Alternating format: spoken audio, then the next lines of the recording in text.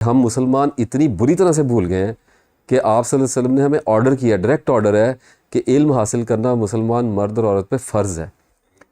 आपको पता है इसका क्या मतलब है? कि नमाज हम पे फ़र्ज़ है, इसकी माफ़ी नहीं है। तो हमें कहा गया कि इल्म हासिल करना हर मुसलमान मर्द और औरत पे फ़र्ज़ है। मुझे ये बताइए, क्या इल्म सिर्फ़ कंप्यूटर्स का होता है? क्या इल्म सिर्फ़ इंजीनियरिंग का होता है, मेडिकल से? नहीं, इल्म कुरान का होता है। उस इल्म के साथ इस इल्म को जब तक आप कम्बिनेशन में नहीं लेके आएंगे तो इल्म आपको डराएगा।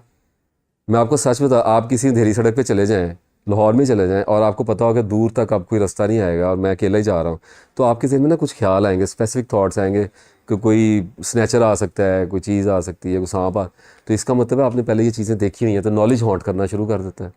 तो नॉलेज तो हमने पढ़ा हुआ है कि जन्नम का, जन्नत का, भूतों का, जिन्नों का, खौफों का, तो वो आने शुरू हो जाते हैं।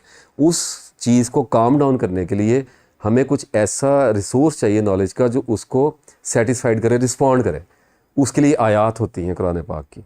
इन्ना लिल्लाहि व इन्ना इलैहि राजिऊन होता है कि कोई बात नहीं, अगर मुझे डर लग रहा है, लोग मौत से खौफ आ रहा है, तो लोग मर गए और मैंने भी अल्लाह के पास चले जाना है, तो ये रिस्पॉन्स है।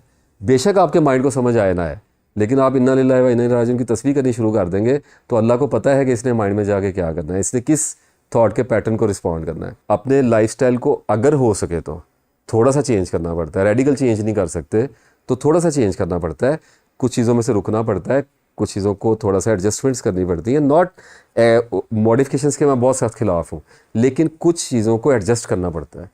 अगर कोई बंदा बहुत ज़्यादा शराब पी रहा है और उसको डिप्रेशन हो गया, तो वो उसके लिए स्टिमुलस के तौर पे काम कर रही है, उसको उसमें से थोड़ा सा बाहर आना पड़ेगा। इसी तरीके से अगर कोई बंदा आइस ले रहा है, कोक ले रहा है, क्रिस्टल मेथ ले रहा है, मैरिजुआना ले रहा है, हैश ले रहा है, डिप्रेशन आना है। नशे से बहुत ज़्यादा डिप्रेशन आता है, मीडिया की लाइफ से बहुत ज़्यादा डिप्रेशन आता है। आप म्यूज़िक में चले गए हैं, आप इंडस्ट्री में चले गए हैं, मीडिया इंडस्ट्री, फैशन इंडस्ट्री में चले गए हैं, तो ये एक टाइम कंज्यूमिंग बीस्ट है। इसमें 24 घंटे कोई मीनिंग नहीं है, इसमें तो 10-12 साल आपके ऐसे खाए जाते हैं, आपको पता भी नहीं लगता। तो आप जब इन चीज़ों के मुंह में जाके गिरते हैं ना बलाओं के, तो आपके पास कुछ टूल्स होने चाहिए बचने के।